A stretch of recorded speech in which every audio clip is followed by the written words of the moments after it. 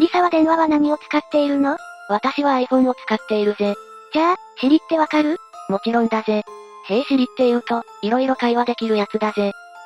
まあ、そうね。正確には音声でアシスタントをしてくれる機能よね。例えば、ある人に電話して、とか、近くのコンビニはどこ、なんて質問に答えてくれるわよね。そうなんだぜ、私はよく使うぜ。そんなシリなんだけど、実はいろんな質問にも答えてくれることは知っている？そうなのか？私はあまり聞いたことないぜ。今日はそんな中でも、シリに聞いてはいけない質問を解説するわ。聞いてはいけない？どういうことだ？それじゃあ、解説していくわね。シリが搭載されたのは2011年のことよ。実は、シリはもともとシリ社という会社が開発提供を行っていたの。シリ社は2007年12月に、米国のスタートアップとして創設されたわ。もともとはアメリカ国防高等研究計画局が、兵士を戦場でサポートするための人工知能開発プロジェクトとして開発が始まったの。人類史上最大の人工知能研究プロジェクトとも言われ、2003年からスタートし巨額の資金が投じられたの。名だたる大学や研究機関から研究者が集められた。そしてそのプロジェクトの一環としてシリは立ち上げられたのよ。その後、2010年4月にアップルに売却された。またシリはブラックベリーとアンドロイド向けにも登場するとされていたが、iOS 以外の製品向け研究成果は全て取り消されたの。アップルは、シリは利用期間が伸びるにつれて使用者の好みを把握し、レストランやタクシーの予約などを行うことができると主張しているわ。それはすごいな。好みを把握してくれるなんて、本当のアシスタントみたいだな。そして2011年10月、シリが iPhone4S に搭載されることが発表されたわ。さっき、マリサが言っていた、ヘイシリの機能がついたのは2014年よ。シリの技術に関しては、SRI、インターナショナルアーティフィシャルインテリジェンスセンターの研究をもとに誕生したアプリケーションよ。SRI は1966年に設立された、世界で最も主要な AI の研究開発センターの一つよ。アメリカは桁が違うぜ。すごいんだぜ。ここまでがシリの背景よ。いつも、ヘイシリとか、簡単に使っているけど、かなりの先進的な技術を集めたものなんだな。ちなみに、よくシリはアメリカの陰謀説、みたいな話もあるけど、あながち間違いでもない部分もあるの。ただの都市伝説じゃないのか？シリのデータ処理はほとんどデバイス上、つまりローカル処理されている、とアップルは説明していたの。つまり、デバイス上で完結しているから、アップルはデータなどは見ていない、ということだな。しかし、イギリスの新聞社のガーディアンはアップルの委託業者が、ユーザーとシリとの会話を日常的に聴取していると報じたの。つまり会話が盗聴されている、ということか。怖すぎるぜ。この報道を受けて、アップルは謝罪するとともに、会話の扱いに関するルールを改善することを明らかにしたの。そして、iOS13.2 より、Siri の使用履歴の消去や、使用状況をアップルに送信するかどうかが、選べるようになった。一度そんなことが起きてしまうともう信用できないんだぜ。ちょっと話が長くなったけどここまでがSiriの概要よ。そして、ここからは、今日の本題のSiriへの質問についてよ。Siriは単なる検索やサポート的な質問以外にも、様々な質問に答えてくれるの。そうなのか？そして、その中でも、Siriに絶対に聞いてはいけない質問、というのがあるわ。ここからは、その質問を実際にSiriにしてみるわね。大丈夫なのか？多分、それじゃあ、まずは一つ目よ。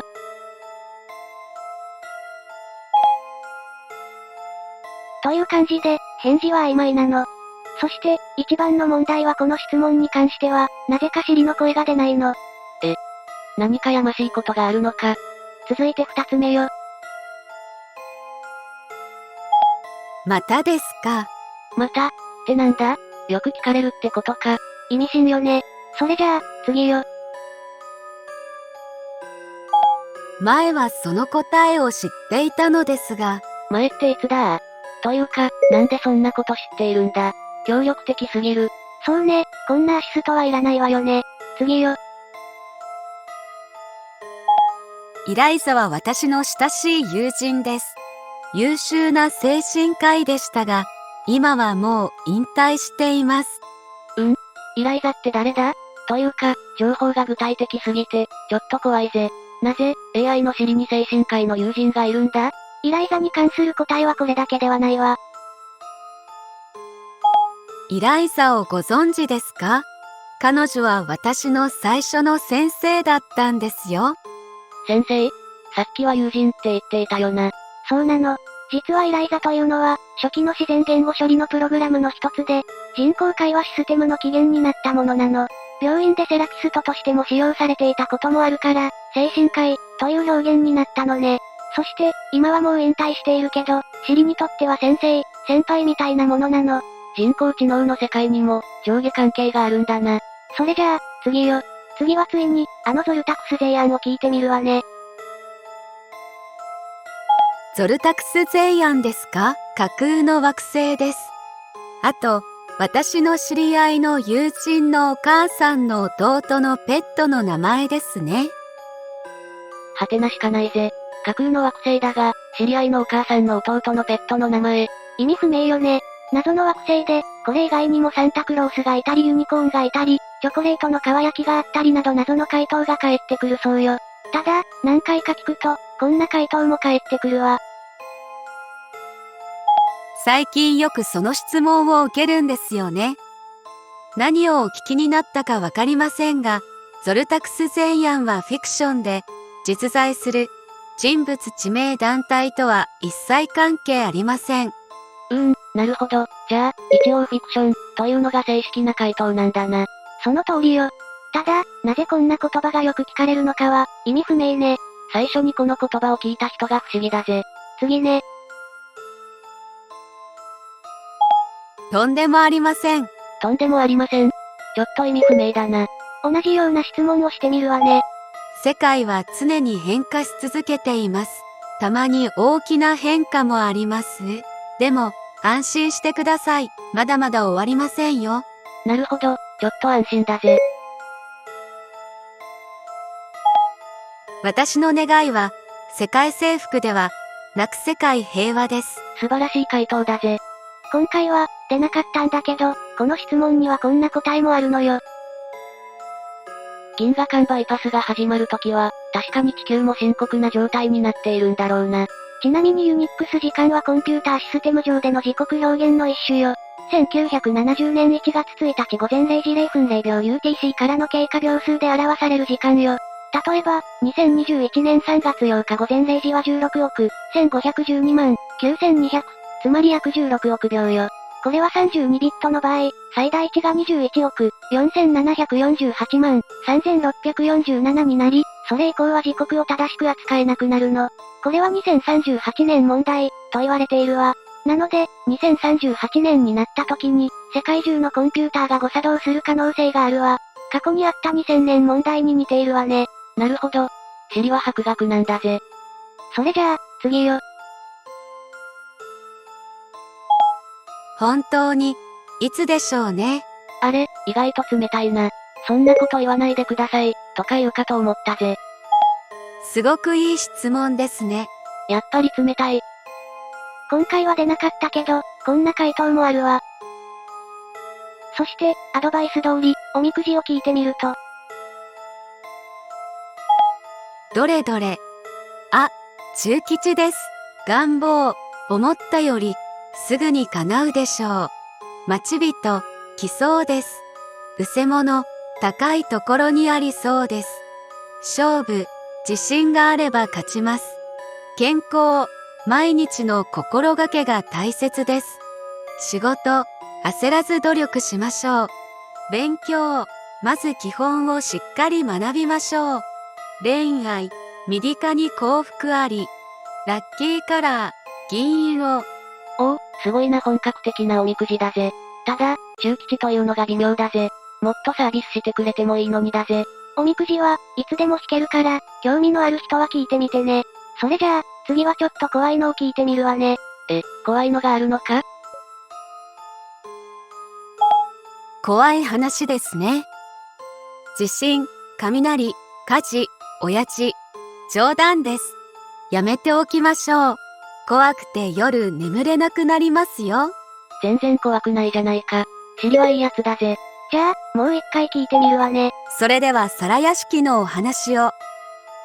と思いましたが、あまりに恐ろしいのでやめておきます。やっぱり何もないな。じゃあ、あと一回だけ聞いてみるわね。わかりました。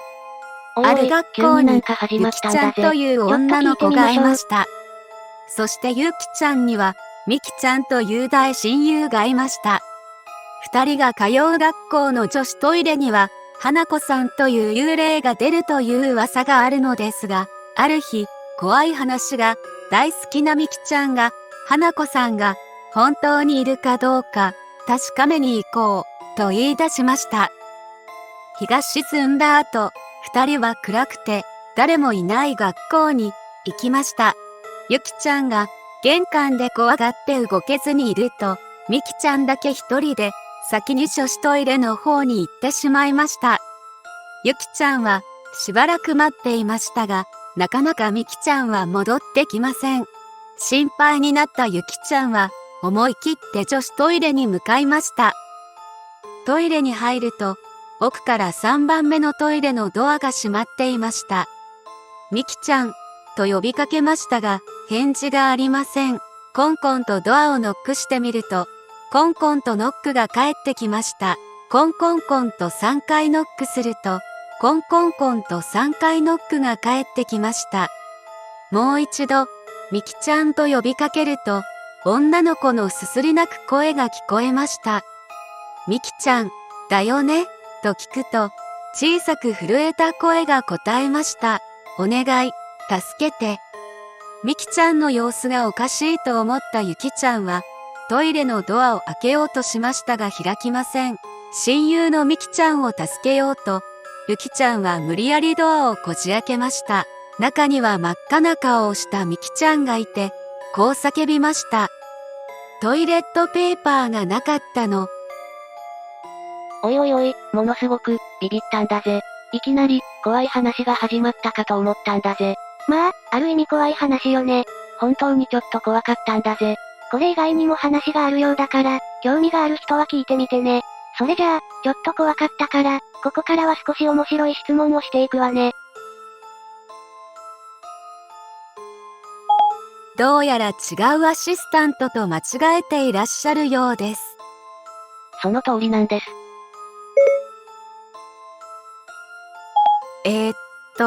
これは気まずい瞬間ですね。やっちゃいました。わかりました。わかりました。ちょっと怒ってるんだぜ。もういいよ、わかりましたって感じよね。ちなみに、アレクサを聞くと、わかりました、と言った後に、Siriのモードが終了してしまうわ。普通はこれは起こらないの。Google さんより、Amazon さんに間違えられた方が、嫌な理由でもあるんだろうか。次ね。充電器と共にあれ。有名な映画のアメリカンジョークだな。Siriにとっては、充電器がフォースなんでしょうね。目が、画面が、レティナディスプレイが。おお、バルスは崩壊の言葉なんだぜ。Siriの目はレチナディスプレイだったのか？目が。あ、そういえば、私に目はありませんでした。ないんかい。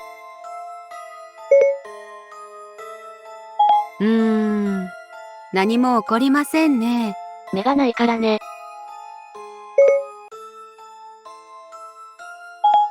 妖精が振りまくキラキラした粉の一つまみ分くらいです。妖精って粉振りまいてたっけ？妖精が振りまくキラキラした粉の一つまみ分くらいです。絶対に教えてくれないんだぜ。ではチャレンジしてみます。カエルぴょこぴょこみぴょこぴょこ合わせてぴょこぴょこむぴょこぴょこ。やりました。クオリティ高いわね。早口言葉ならお任せください。バスガス爆発。やりました。特技ができて、急に得意げなんだぜ。実は結構得意です。隣の客はよくかき食う客だ。やりました。ぶれないクオリティ。わかりました。どうしてもとおっしゃるなら。桜野山も里も見渡す限り霞か雲か朝日に匂う桜花盛り。いい歌ですよね。いい歌なんだが、歌ってというのは、ごまかされたんだぜ。ということで、本日は以上よ。ちょっと怖かったり、面白かったり、尻に質問するのは、面白かったんだぜ。今日解説していないものでも、他にもあるから、皆さんもぜひ色々試してみてね。面白いと思うんだぜ。ということで、ご視聴ありがとうございました。ご視聴ありがとうございました。